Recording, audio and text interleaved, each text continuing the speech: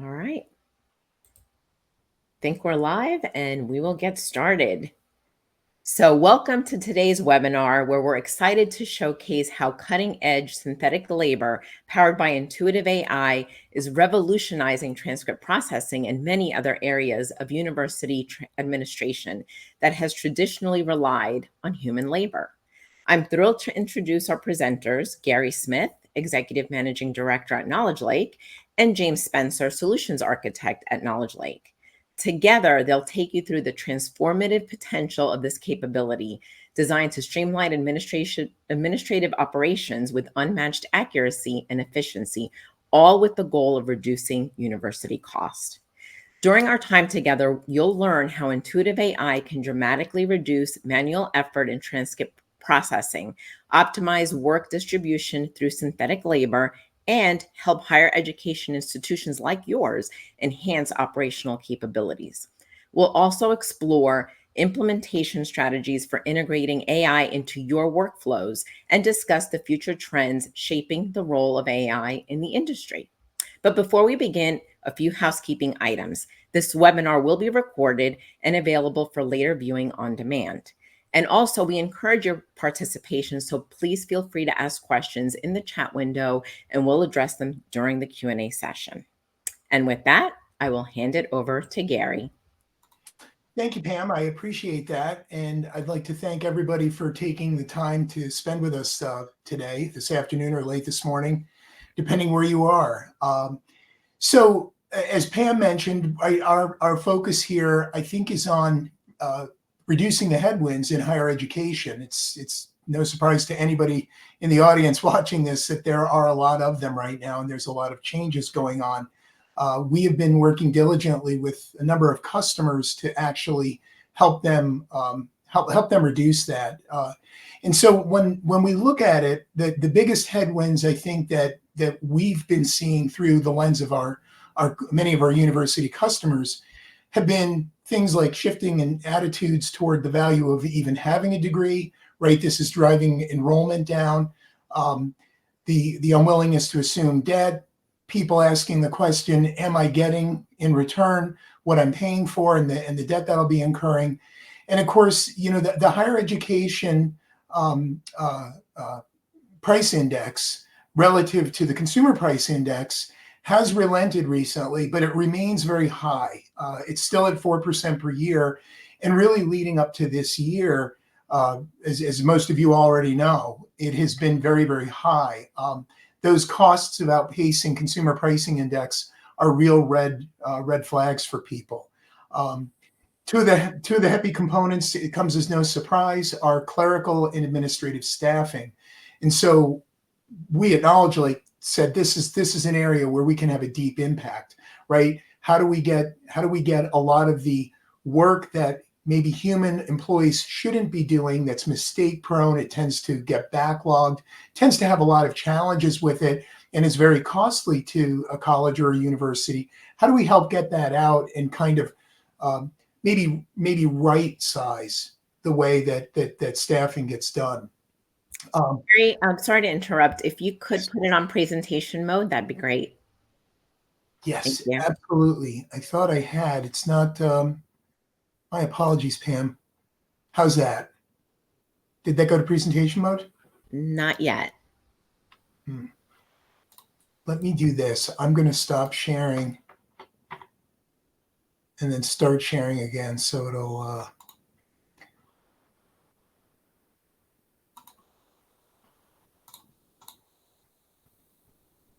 Let me just make sure it's all right.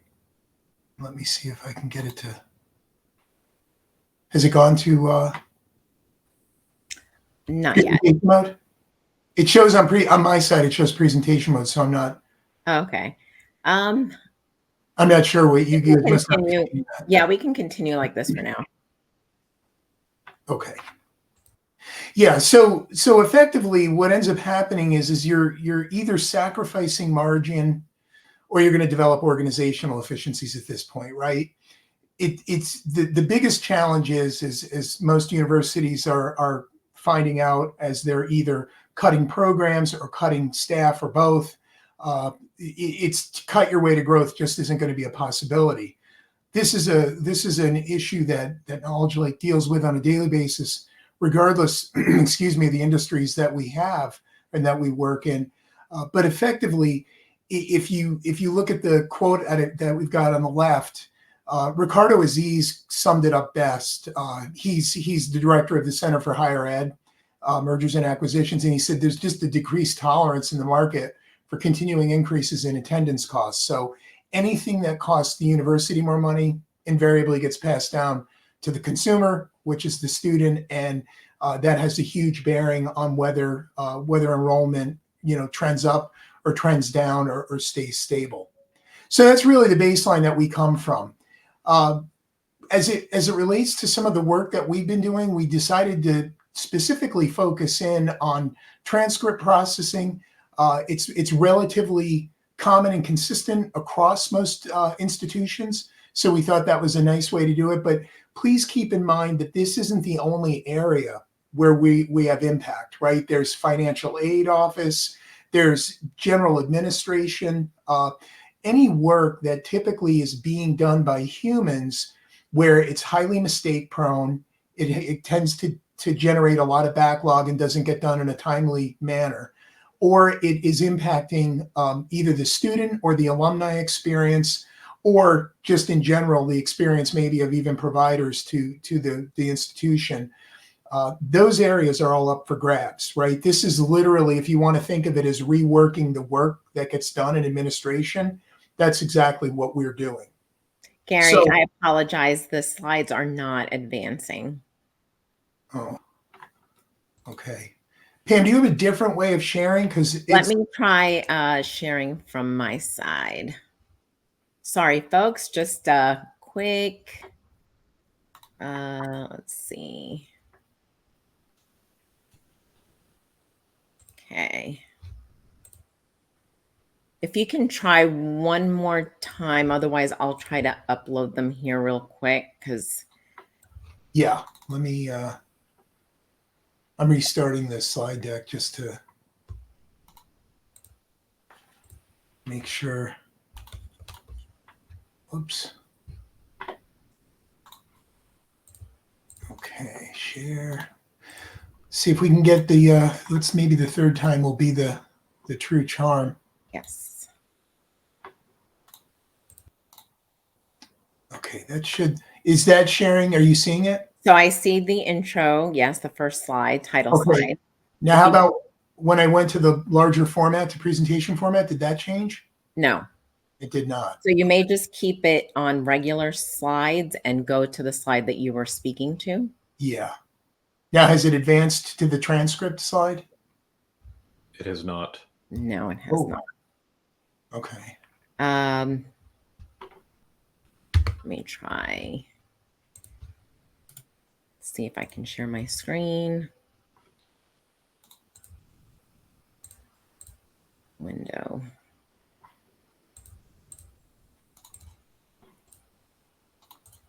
Sorry, it is not wanting to share my slides. Yeah, I suspect we must have an issue with Bright Talk.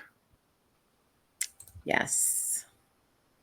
I'm just trying to see if there's maybe another way I can come at this just real quickly. Folks, we apologize. I know this is probably more frustrating for you than it is for us right now because. Yeah, I'm trying to upload the slides here real quick and see if this will help us share them, but it will take a minute. It's okay. Oh, you're sharing. That's mine again. I wanted to see if I tried to do something. Did it go to a bigger format or no? Is it still? It's on the quote, higher ed headwinds. So I think that will work if you present that way. Okay. Did it just forward when I changed it? Yes. So you can see the transcript? No. Oh, okay. That didn't work then. All right. I did a different spot. Lag. I think there's just a lag. It's now on the transcript slide. You're on it now. Oh, it is? Yeah. Oh, wonderful. Okay. All right. So again, folks, we apologize. That's not only embarrassing, but frustrating for you to live through. Hopefully some of you have stuck with us on this. But I guess coming back to the point of the transcript processing, right? This is the type of work that is actually low-hanging fruit in our mind, right? These are things that you can remove humans out of this workflow and start to put money back into the university, the college, because you're paying a much lower rate to execute this type of work, right? And what you're not paying for is you're not paying for mistakes, you're not paying for backlog, right? As the growth of volumes occurs, you're able to manage it and address it. Many schools have gone to different online formats for programs that are everything from certificates to full-blown programs, right? So the expectation is that enrollment volumes will certainly increase. This is a way to dial up for that capacity without having to add humans, right? You'll run it through more what we call synthetic labor, and we'll get into that in just a moment.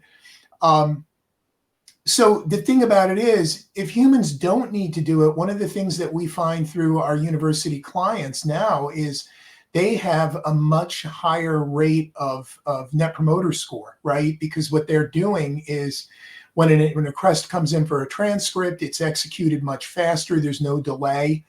Typically, it's automated. We generate it through a form that comes from our system called ProForms. It's very easy to execute this. And, and as I mentioned before, there's other areas of opportunity where this extends out. So it's not like this is kind of a one-hit wonder where you're going to get value from this and that's it, and then it flattens out. It really gives an opportunity to look into things in a much more meaningful way. The other component to this is because we are underpinned by AI, we have the capability to understand what's in those documents, right? So it gives us an understanding from a quality assurance perspective of a course number. For example, we understand the notion of a course number and a course title and a grade, and we can put those things together. So things that might ordinarily have some challenges where a human had to resolve it in the past, that does not plague us, because again, we're behaving like a synthetic worker, which is to say we're basically performing like a synthetic human, right? And those controls, if you will, are all managed by you. And you'll see that shortly. James is going to take you through that. So I've spoken a little bit about this thing called synthetic labor, and you're probably wondering what it is, or if you've heard the term, you're probably not quite clear on what the term means. So I'll define it in the way that we define it. KnowledgeLake did come up with the term synthetic labor, and it's an important distinction. It isn't just a semantic debate. The reason it's important is because there has been a lot of automation in the decades prior to KnowledgeLake delivering what we deliver in the value stream. So you've had RPA, you've had screen scraping, you've had some people call it digital labor. You've had, script writing. You've had a whole variety of things over the last, call it 25 years, that have come down the pike that could kind of mimic certain human things, right? And there are programs out there that can mimic human movements on applications within the context of a workstation. But what makes synthetic labor unique is we have created an amalgam of 4 key elements. The first is AI, as I had mentioned. And with most of our clients, what we're finding as we're deploying the AI components with them is that we're giving them their first actual win in AI. This is something that they're reporting up to their leadership or their board, and they're saying, we're using AI for more than just a co-pilot or an assistant in the manner you might use ChatGPT or Llama or Claude with whatever, Microsoft Copilot. So we're creating actually a baseline of utilizing AI. And to my mind, and I think if you asked anybody within KnowledgeLake, the view here is that we used to call them killer apps, if you remember, during the early days of the smartphone.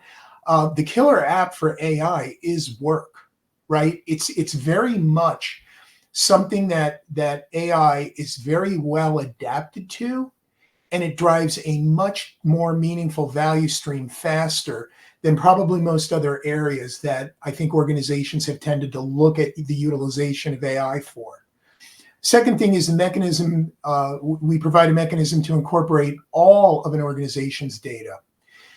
Why am I saying it that way? Because most products and most platforms and most technologies manage structured data beautifully, right? We actually consume and ingest the unstructured data as well. By some statistics that I've read, that can be as much as 75 to 80% of the most valuable organizational data. And I would suspect it's probably something that you've seen, most of you in your experiences as well. The third area that we bring to the table, which is a really, really super important one, is native workflow, or the notion of workflow orchestration. We have our own workflow engine, and this is important because this is what moves the work around. Just like humans intuitively would know to do in a process, this is how our synthetic labor platform knows how to move the workflow around. But it goes a little bit beyond that, because it's also managing the data. If you remember, I was talking about the fact that we manage and ingest and manage and index structured and unstructured data. Within that indexing, we can get to the sources that are required with the right work, right? So I view it almost like a workflow orchestration between work and the data that's needed to support the work.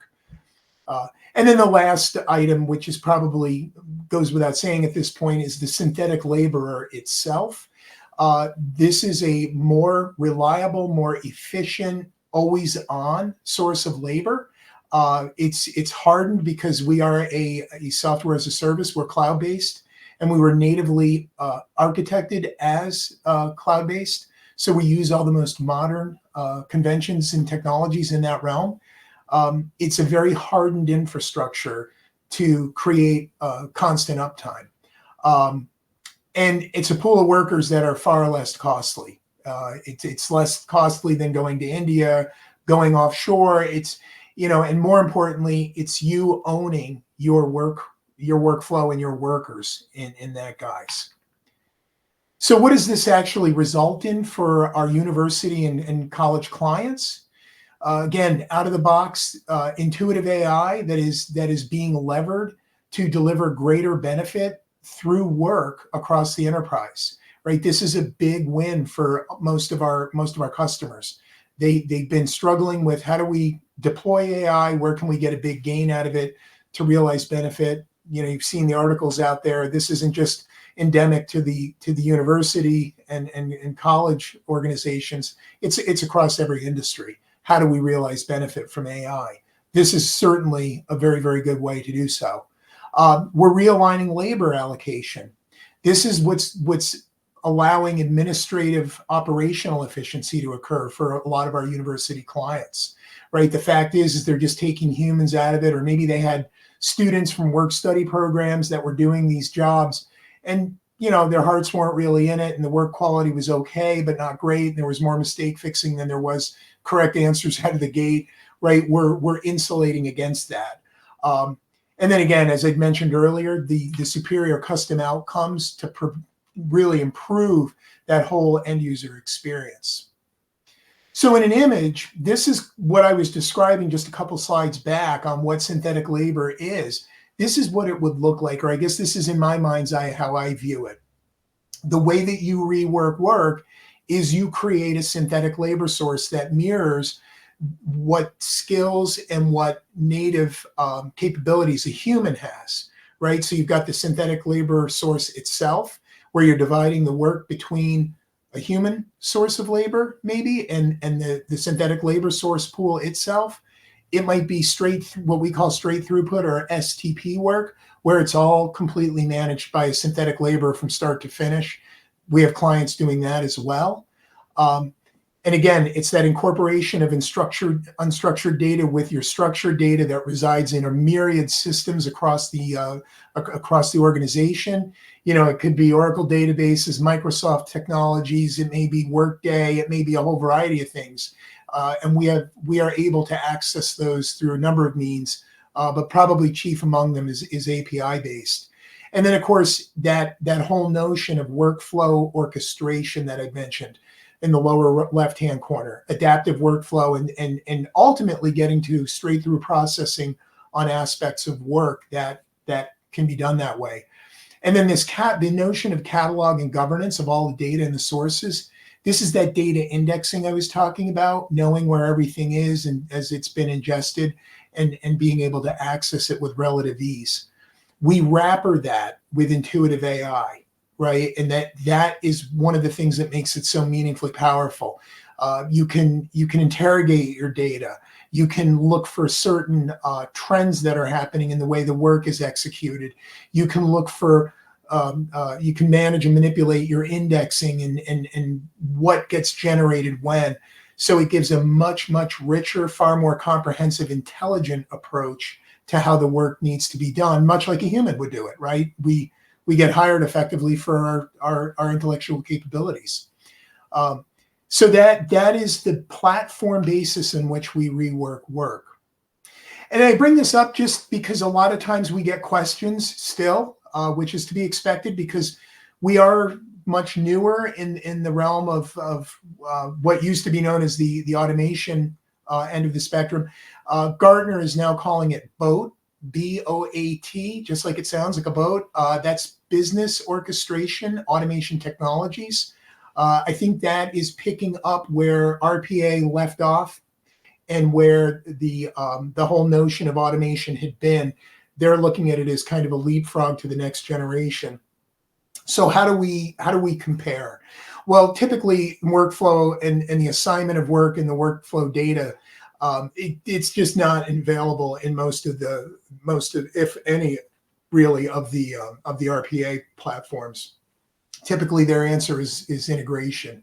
Ours is native, it's our own product, it's contained within our own platform, it's an integrated whole, so there's no brittleness in having to integrate anything or having something break with an upgrade. Best labor source based, RPA again is human centric. It looks at the way the work is done by a human, hence task mining and process mining, very human centric in nature. We're not that way.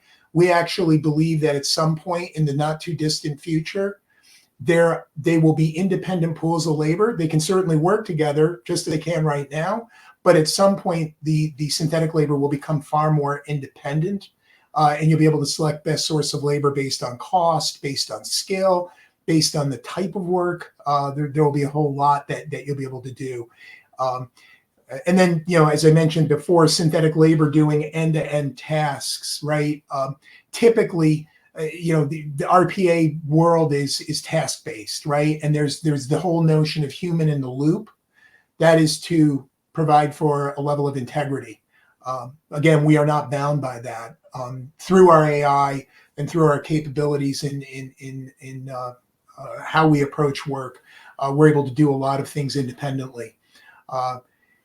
The other big thing I'll touch on here is, because we've spoken about the unstructured data, I don't want to keep repeating that, but creating the unlimited on-the-fly forms. This is a critical piece of it.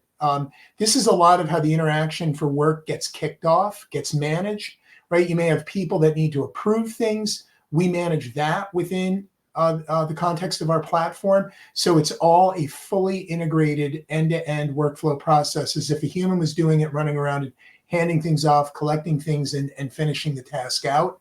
It just happens to be done in Silicon. And we don't suffer from the brittleness of those integration points and accessing all those systems. And again, data governance and retrieval, we had talked about that, and the intuitive AI we had as well. So I think at this point, what we will do is we will hand things over to James Spencer for a walkthrough of what this looks like and for you to see what we do. James? Yeah. Thanks, Gary.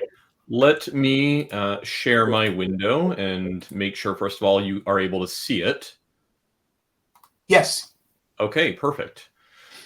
Well, in that case, please do shout at me if I progress through here and it's not keeping pace. But as Gary mentioned, what I want to do is I want to spend the next few minutes walking through a high-level example of how we can simplify processing of transcripts within the KnowledgeLake platform. And to begin with, actually, I want to start on an example of our customer experience portal. And as Gary mentioned in his presentation, one of the key benefits of synthetic labor is that it's all about improving customer experience. And so in this case, for a university, it's all about how can you make life a little bit easier for your applicants, so prospective students, but also how can you make it a little bit better for those on the administration side as well. There really is a twofold benefit. And so part of that is simplifying the approach to starting off with ingesting documents as part of the application process. So what I'm showing on the screen right now is just a simple mock-up of a customizable portal that you can create within the KnowledgeLake platform that provides a centralized interface whereby students can log in and can enter details that are required as part of their application package. So things like their transcripts, letters of recommendation, etc. Just a few key pieces to point out here. Again, as I already mentioned, this is entirely customizable. So the background image there, that stock photo of students, that's just something I threw on here.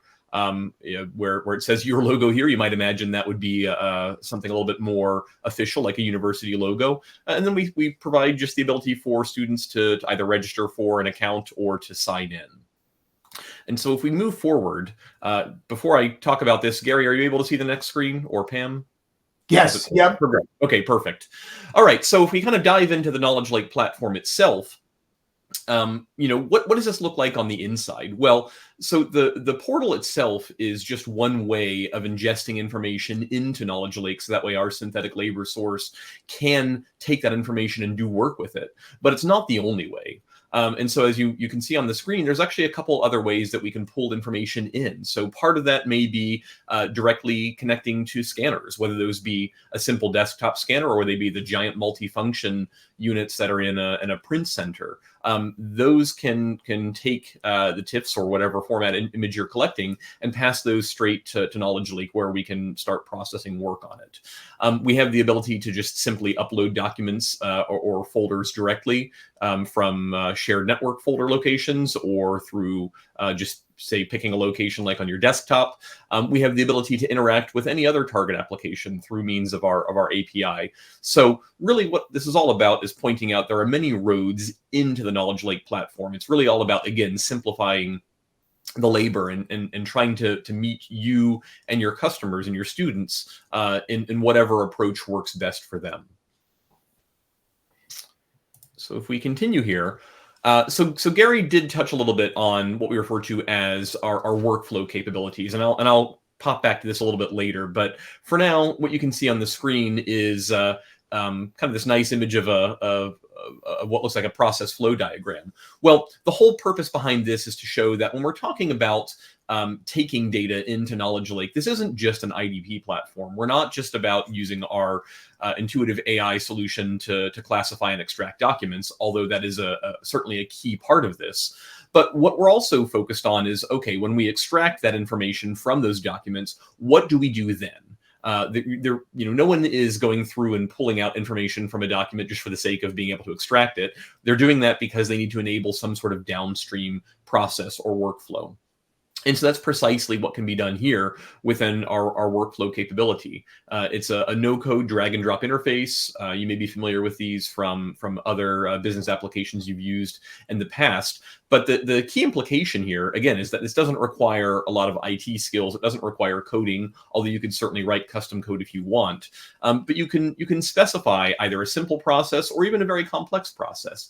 And in this example, it really is just the simplicity of starting off with taking documents that are uploaded via the student portal, having our intuitive AI do the classification step, being able to then index those documents. And when we say index, what we mean is being able to extract the key pieces of information out of different document types.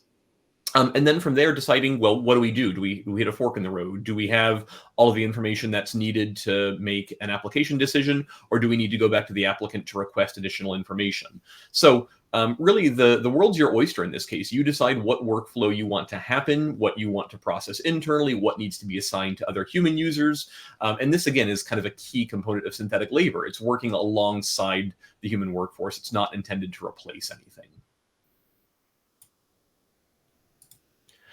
So Gary did mention the concept of triggers earlier, and that's a really important component as well, because that gets into the complexity of what you can do when you're building out these workflows. So he talked a little bit about our proforms as part of this. And so, and I'll show a proform in just a moment here, but the idea behind a trigger is, as the name suggests, it's the ability to initiate some sort of activity based on a certain event. So in this case, it could be something as simple as having a student upload a document or series of documents into our portal, or using our proforms interface.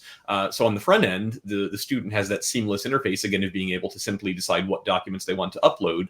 And on the back end, the upload of that file is going to trigger a process. And maybe that is having the synthetic workforce, the synthetic labor side of things, do some sort of automation in terms of processing the information. Maybe it's sending this information off to a human admissions counselor to review the documents. Again, really, the world's your oyster, and you have total control and flexibility in deciding what sort of trigger events do you want, but also what are the results of triggering a particular activity. What do you want that to do? So this is really just kind of touching on the power that underlies our workflow capability. So I mentioned just a moment ago the idea of proforms, and again, Gary's talked about this. So from the designer side, this is what again, inside the KnowledgeLake platform, it looks like when it comes to building out a proform. And I'll show you again in just a second what the student or the prospective applicant is going to see. But this follows the same sort of underlying approach to our workflow engine as well. It's all drag and drop, completely code free, and you decide what is it that you want to include in your forms. As you can see here, just like with the portal itself, there's custom branding. So this can be white labeled and look like it includes the branding from your university or college without any issue. And you decide all the different fields that you want. What are the headers that you want? You can choose the fields that you want to include here. In the little example, you can see we have first name. Obviously, that's a text field, but we're not limited to just having text fields. We can go much deeper, and we can have numeric values. We can have quizzes or the ability to upload tables. Really, there's a lot of other information here. You can actually use regular expressions as well to do some sort of conversion on data as it comes in. You've got, again, a lot of capability to decide what is important to you. What do you want your forms to capture? And again, just like I talked about previously, what events do you want them to trigger, if anything?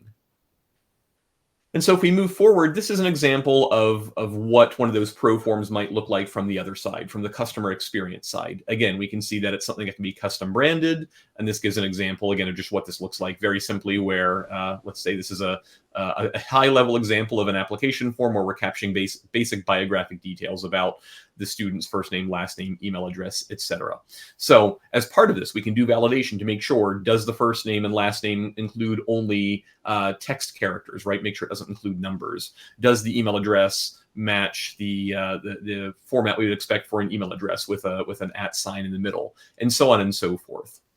And again, on the back end, this can certainly be used to trigger other automations. And also the information that's collected from here in these proforms can also be used to compare against what we're extracting from our transcripts a little bit later on in this demo. So popping over really quick to the portal side again, the other side of thinking about proforms, we also have the customized portal that I showed you in that very first slide. This is what this looks like within the KnowledgeLake platform itself. It's pretty straightforward. It's actually very simple. Again, code free. You decide what are the themes that you want, and it's simply providing an address, a URL for the image you want to use for your main page. What image files do you want to use for your header logo? Do you want a specific background? Do you want certain colors, etc.? This is what lets you go through and twiddle the knobs to decide how do you want to brand your portal, so that way it looks like a native component to your university and not just some third-party bolt-on solution. Again, this is all about simplifying the user experience, which again is a key component to synthetic labor. So, and again, this is what the portal would look like on the customer side once you've decided what you want it to look like.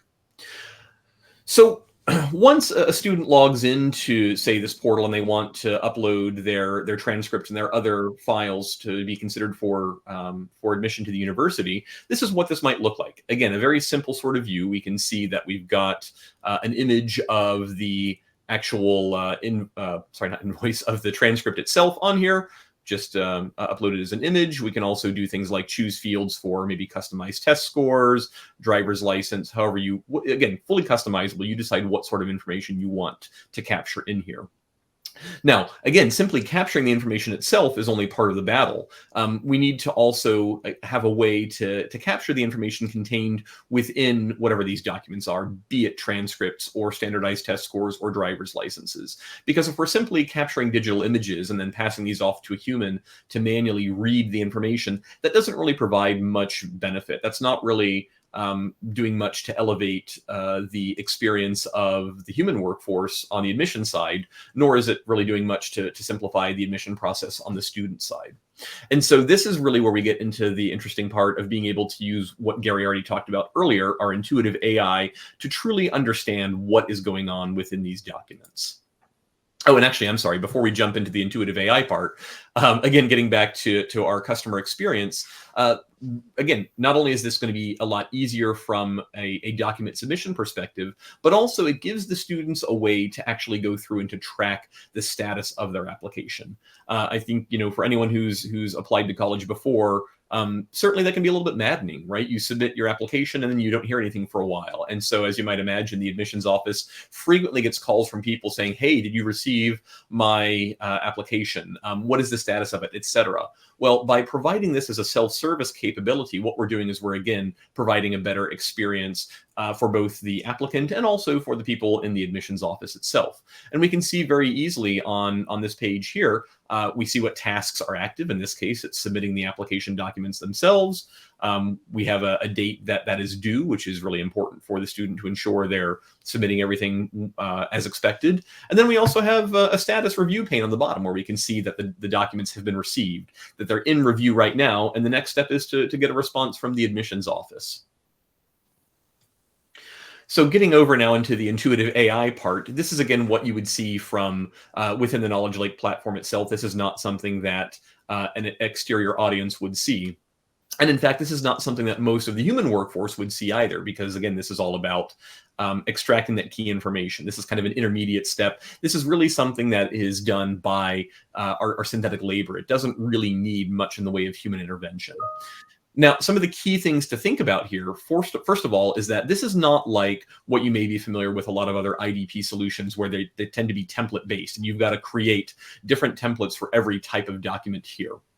And then you've got to specify what fields you want, et cetera. So since we're using our intuitive AI capability, it's a little bit of an easier lift. We still need to define what sort of content types that we need to choose from here. So, transcript is one of these, and we can see from this enumerated list, we can create other ones too. Maybe they're contracts or applications or invoices, whatever makes sense for your organization, your processes. But once you've done that, that's essentially it, right? You still specify what fields you want, but you don't have to create examples in your template. You don't have to show your IDP solution where to find them from. In this case, it again is the intuitive AI capability that is running on its own and simplifying the process of being able to extract the information. So in the center of the screen, this is an example, again, of the transcript that our applicant uploaded. And if you look on the right-hand side, this is showing some of the indexing that automatically is happening through that intuitive AI. Our intuitive AI solution has, first of all, been able to successfully classify this as being a transcript. It is able to identify what school this transcript came from. It's got all the other details you might expect, like what date was this issued, who's the student, what is that student's birth date, what is their cumulative GPA, etc. And I should point out that the indexing capability is fully customizable. You, as a university, get to decide what fields are most important to you. And you can also, again, the AI capability here provides the ability to provide what we refer to as hints, where you can also help the AI along by giving it suggestions about what it should be looking for. So just a way to, again, simplify being able to extract information from any type of document, not just transcripts, but in our example here, we are using transcripts. And at the end of the day, once the intuitive AI is completed, it has extracted the key pieces of information here. Things like a table, in this case, table view of what courses did the student take. We've got both the course number and the description. What grade did the student earn? How many credits did they earn as a result of it? So this is a way to take the information in a very complex and messy transcript and simplify it so that way it can very quickly be reviewed downstream as part of the next process. Maybe that is using another AI component to go through and make an assessment on whether or not the student is worthy of admission, or maybe that's something that's handled manually and you want to be able to send this information to the admissions office for an admissions counselor to, again, make some sort of decision.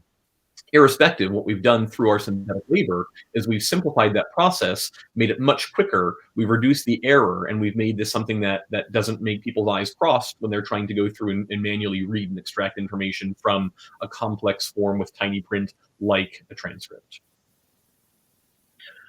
So in terms of talking about, again, Gary mentioned several times this idea of workflow. How do we assign work as part of the KnowledgeLake platform? Well, this is an example of what that might look like, where once the information has been extracted from our applicant, and we have their transcript and pull the information out, this can then be sent automatically to the admissions office to make that decision. Now, in this case, it's just a very simple task. As you can see on the left, we only have one question. Are we approving this applicant or are we denying them admission? But we also include the supplemental information that is needed as part of this process. We've got the information that has been indexed from this transcript. We could also add that table, that tabular view that showed all of the students' grades and what courses they took. And then from this point, it's a simple matter of clicking a button to choose yes or no and then completing it. And what that will do once that's done is that will then update, again, that student information within the portal. If we go back to that portal, so they could actually, students could log back in and see, hey, not only have we uploaded our documents, they've been received and they've been processed, but a decision has been made. So that is really our transcript processing use case in a nutshell.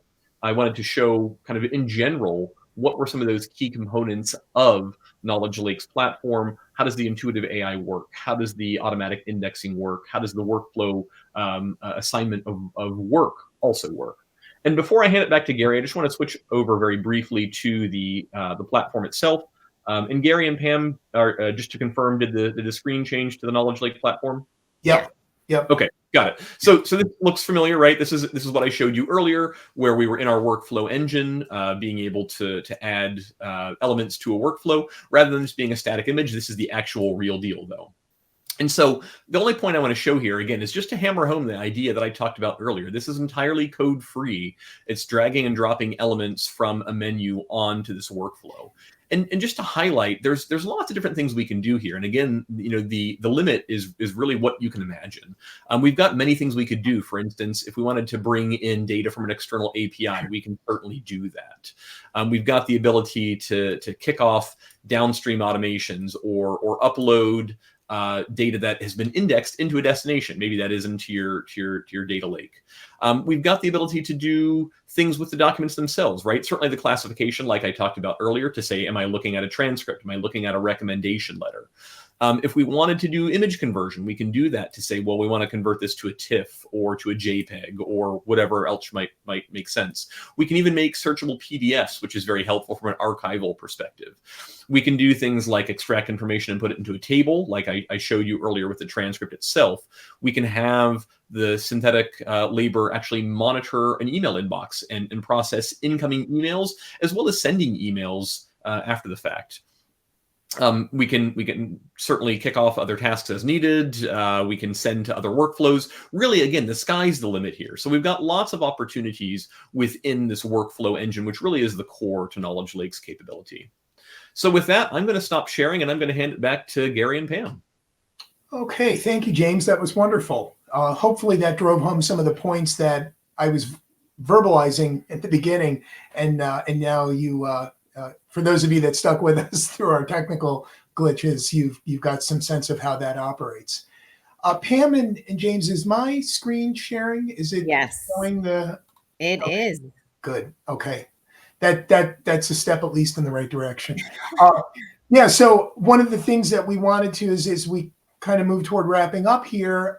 If there is something that you are investigating, we would certainly love to engage in dialogue with you, whether it's for this year or for next. I think one of the offers that we wanted to make was if you have a budgeted project that will be completing for this year, we would certainly love to engage with you on a proof of concept with that. So please keep that in mind. And as you can see, the QR code there, that will take you to the form for the POC. Pam, should I hand you? I think I should hand the mic back to you, probably. Thank you. Yes. And again, the QR code is there, or you can email me directly at my email address, or in the attachment section, there is a link to the actual form itself, a URL. There is also just an overview data sheet on KnowledgeLake for transcript processing. Please download it, take a look at it. And with that, we will answer some questions. So I do see some questions coming in. Please put them in the question section. The first one really touches on some of what James showed. So James, you'll probably want to answer this one. Is the student enrollment portal required for the solution, or can a client's existing portal or student access point be leveraged? Yeah, that's an excellent question. So the good news is no, it's not required. That is just something that we provide out of the box to make life easier if you don't have one. But if you already have an existing portal or an existing website, we could certainly make that work as well, where there is the ability to integrate to say, as documents are uploaded into your existing system on the back end, they're going to be piped straight into the KnowledgeLake platform. And then from there, we can do the usual magic as we showed with the intuitive AI to do the classification and the indexing step. So nope, not required. It's just there to make your life easier. But if you've got something you'd rather use, we are okay with that as well. Awesome. Another question, and also kind of related to what you showed just recently in the workflow. How does your transcript processing solution integrate with a client's student information system? And what SIS systems do you have clients integrated with currently? Yeah, another great question. So I will have to beg a bit of ignorance here. My apologies, because I am still new myself and I'm learning a bit of these ropes. So part of this will be involving some research to get a fuller answer on this. But I will say that there are many ways we can do this. If you think about what workflow automation tends to usually it involves an API or another way to interact with an existing application. And there can certainly be kind of the front end GUI based interaction as well. That tends to be a little bit more brittle, but we have multiple different ways of interacting with those applications if needed. In terms of examples of other student information systems out there that we've worked with, I'll have to defer to Gary and Pam on that. I want to say I know for sure we have integrations with things like Blackboard, and the other two are escaping my mind. But I don't know if you two have others that you want to throw out there. Yeah, James, Blackboard was the one I was thinking of, and I know there are a couple of others we've done. In fact, we're working on one with a client right now. And Canvas is the other one, and there's a third, and I'm completely spacing. Yeah, I'm just drawing a blank on it right now. I apologize. We've got, but as James mentioned, the integration for us is kind of a hallmark of our platform in terms of creating those. And in many cases, we have interfaced with student information systems. As I say, there's one that we're working with right now on a client in Southwest, and that is I'm drawing a blank on that system, but not something that we have any issues with. Yeah, thanks, Gary. Great. Here's another related question. Can the workflow review a third-party database such as College Source Tests to review whether equivalencies are approved or denied? Yeah, certainly. So one of the flexibilities of the KnowledgeLake platform is the ability to interact with other third-party databases. So as long as there is a method for interacting with that, again, whether that's the API or through maybe a direct interface, that can certainly be done. So you've got the ability to pull information in. You've got the ability as well to even write to that database as well if there's information you want to append based on, say, what was extracted from those transcripts, and use it to compare what is in your lookup table. So yes, you can absolutely do that. Great. Another question, how does intuitive AI handle complex or non-standard transcript formats? And what level of customization is possible to adapt to specific institutional needs? James, Mm, did you want to that's take a good that one? question. Yeah. Yeah, I'm happy to take a crack at that. So, I only kind of touched on a little high level when we got into the demo itself, but what's really nice about the intuitive AI, as I referenced, is that again, it's entirely template free. And so if you think about what a lot of other transcript processing solutions, or really any document processing solutions might look like, you essentially have to have a representative example for all the different formats out there, which is a little bit crazy because if you've got, say, 100 different schools and they're using 100 different transcript layouts, that means you're really not saving much time because you've got to build all those templates. So the intuitive AI part really is key because again, it's underpinned by a large language model capability, right? To go through and say, okay, we already have this concept of what does a transcript look like in general? What does it include? It includes the basic details like a student name, a school name. It's got details around what courses were completed by the student, what were their grades, etc. And so there's already that built-in intelligence to the solution where it's going to know most of those answers to begin with. And as I referenced earlier, we have the ability to add what we refer to as hints. And so instead of this being coding, this is the ability for you as the user to provide plain language. Almost think about like a prompt in Chat GPT, where you can say, I'm looking for details on the course, and the course information might look like this. Maybe it abbreviates history as HIST. Examples of courses can include science or math or literature. Really, you've got many different ways to put that on there, and that kind of helps kind of juice the intuitive AI even further to ensure that you're getting the result that you're looking for. So because we don't have those template-based limitations, again, the sky's the limit. I know I've said that several times here, but that really gives you a lot of flexibility in deciding what is the information that you're looking for, what do you want to capture, and you've got the ability to kind of play with different combinations to get a result that really is what you're looking for. Right. Another question, as AI continues to evolve, how can higher education institutions ensure that the collaboration between human employees and AI-driven technologies remains effective and beneficial for both the students and the staff? Well, I'm happy to take a crack at that one too. I think that's a really great question. And so, Gary himself actually mentioned this when he was doing his presentation. The whole purpose of synthetic labor is to work alongside the human workforce collaboratively. This isn't about trying to outsource work. It's not about trying to replace anything. And so the purpose of that then is to say, well, wait a second, let's hand off information that may be there may be some drudgery behind it, or it may not be high level work, or it may be very error prone or slow, to have the synthetic labor capability do that work. And so collaboration is really key to that, because there need to be boundaries, or at least, I guess, clear swim lanes into being understood. What is the human workforce doing? What is our synthetic labor workforce doing? And how do we exchange information between different sides? And at what point does a human need to step in? And at what point can a human hand that work off? So I think it's really important to ensure that they are continuing to work together to process really whatever needs to get done. Yeah. Right. Another one here, I think this one may be more for Gary. What metrics or KPIs should institutions track to measure the effectiveness and ROI of implementing synthetic labor in administrative operations?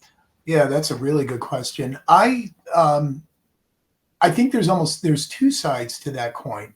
Some of the KPIs that we've seen our customers actually execute against involve things like accuracy, right? So you want to make sure things are accurate, but it's also the speed of disposition of work and how much it actually removes from human employees to free them up to do higher value add work within administration. Whether that's things like work on new syllabus, new offerings that are available, guest speakers, whatever that may take its shape as, interaction with alumni, any of those things that humans are best suited to doing. Those are certainly the most common measures we see. One of the less common measures that we do see now emerging is actually tasking administrators with putting work into the synthetic labor workforce, as opposed to just taking like the low-hanging fruit, but actually thinking through their work portfolio and their daily tasks and what they can do to improve and remove cost and accommodate growth, or even dial down, right?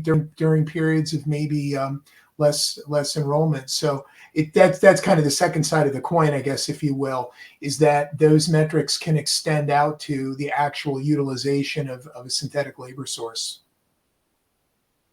Great. And we've got one more question here as we're coming to the end. What are the initial steps and considerations for integrating synthetic labor into your existing systems? And how long does the implementation process typically take?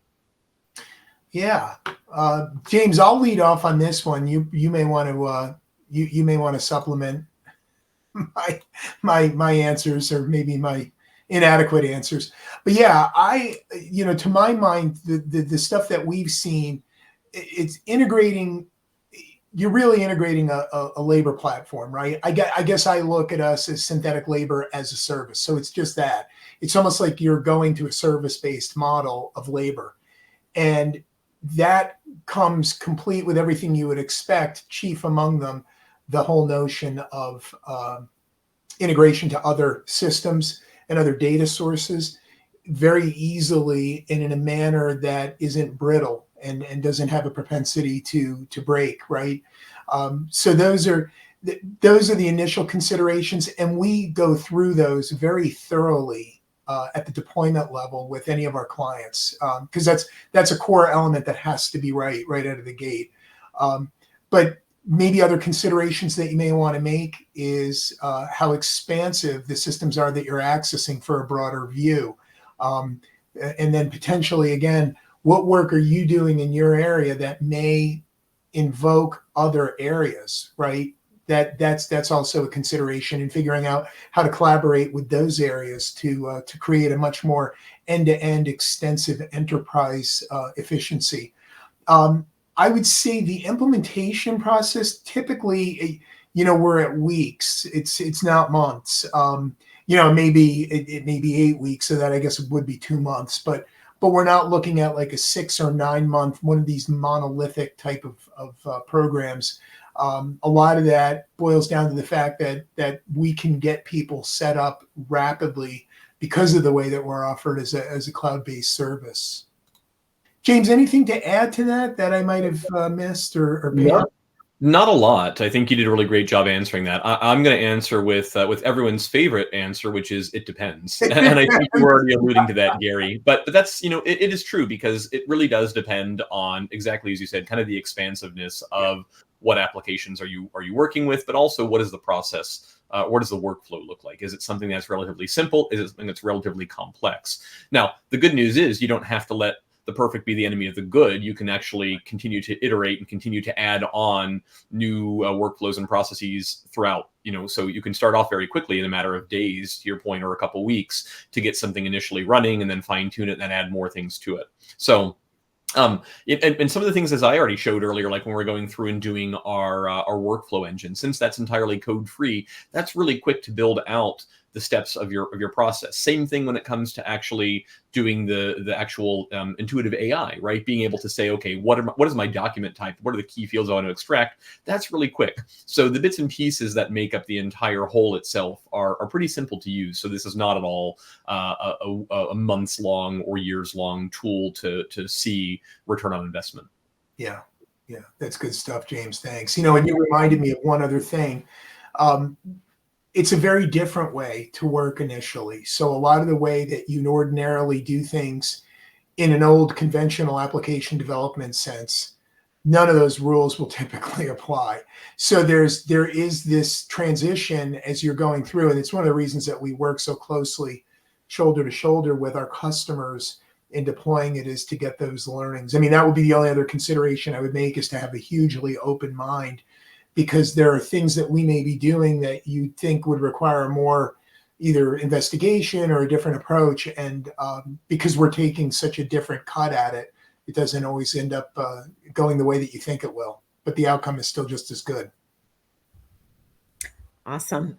Well, we've come to the end of our webinar. I want to thank everyone for joining us. And if you have any other questions, please reach out afterwards. Remember, in the attachments is the POC form if you're interested, and enjoy the rest of your day. Thank you, guys. Thank you, everyone. Bye.